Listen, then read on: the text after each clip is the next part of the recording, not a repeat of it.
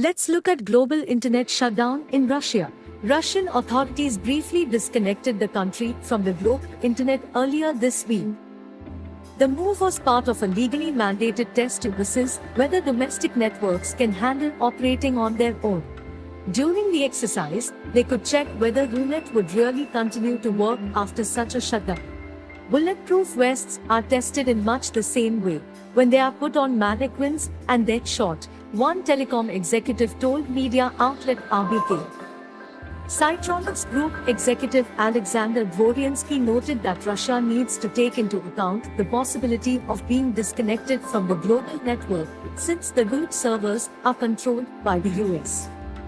Tests to determine whether Runet will continue to operate if cut off from the rest of the world are absolutely expedient, Crater Labs founder Alexander Yamin agreed. The 2019 law envisioned creating Russia's own national DNS system, which would store all domain names and corresponding IP addresses and provide cryptographic data protection. It also allowed Roskomnadzor to install special equipment on network nodes in order to override routing. The technology has since been used to target platforms and contents outlawed in Russia, but multiple officials have insisted it will never rise to the level of the Great Firewall of China. Moving on to the next news.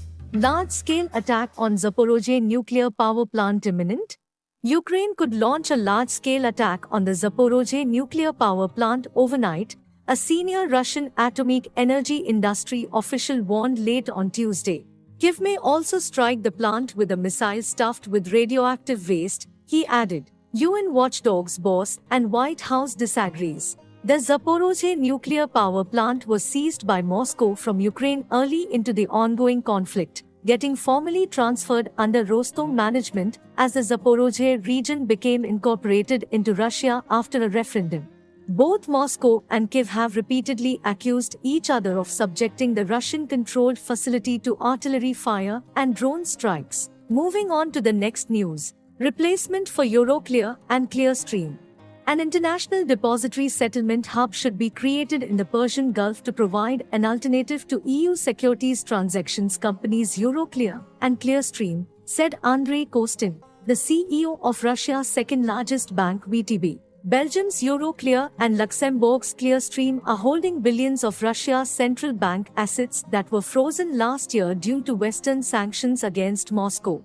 The bulk of the seized funds is at Euroclear, where it reportedly generated around 750 million euros in interest during the first quarter of the year. We have all faced the Euroclear and Clearstream problem. We believe that one of the Persian Gulf states could host the new financial depository, given the concentration of the capital in that region, Kostin said, at the Bank of Russia Financial Congress in St. Petersburg. Following the imposition of sanctions against it, Russia and its trading partners among developing nations have intensified efforts to reduce the use of the Western financial system and replace the US dollar and the euro with national currencies for settlements and trade.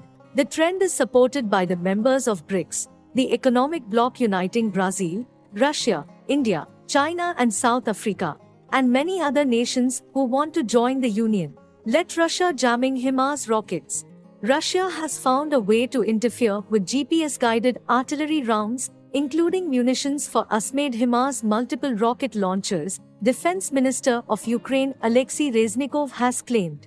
When those systems first arrived on Ukrainian battlefields last year, they were highly accurate, Reznikov recalled in an interview with the Financial Times on Wednesday. However, Russia, which has strong radioelectronic systems, eventually found a way to jam GPS-guided artillery and HIMARS projectiles, he acknowledged. Ukraine has been supplied with several dozen high-mobility artillery rocket systems, HIMARS, which have a range of 85 kilometers, 53 miles, by its foreign backer since June last year. Western outlets described the system as a game-changer in the conflict. For more latest updates, subscribe to our channel. Your like helps us grow, makes our efforts successful. Will take only few seconds. What are you waiting for?